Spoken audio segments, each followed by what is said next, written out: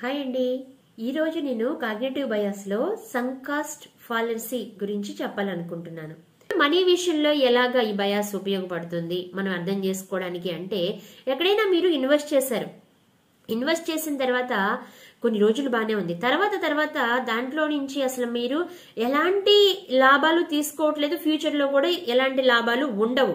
అంటే ఇక్కడ టైం చూస్తున్నారు, మనీ చూస్తున్నారు, మీ ఎఫర్ట్స్ చూస్తున్నారు, మీ ఎనర్జీని ఎంత ఖర్చు చేశారో చూస్తున్నారు.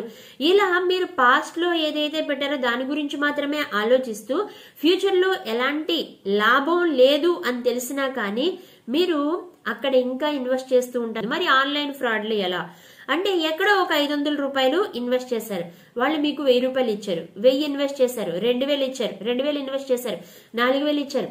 వాళ్ళ అవతల వాళ్ళు మీరు 20,000 పంపిస్తే మేము 50,000 పంపిస్తాము.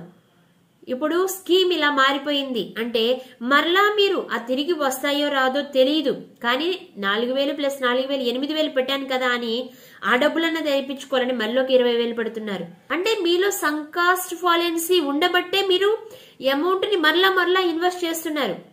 మై డియర్ ఫ్రెండ్స్, ఈ బయాస్ లో కనుక మీరుంటే వెంటనే ఆ బయాస్ లో నుంచి బయటికి రావడానికి ఒక మంచి సైకాలజిస్ట్ ని సంప్రదించండి. ఈ వీడియో కనుక మీకు నచ్చినట్లయితే లైక్ చేయండి, షేర్ చేయండి, కామెంట్ చేయండి, ఛానల్ ని సబ్స్క్రైబ్ చేసుకోండి.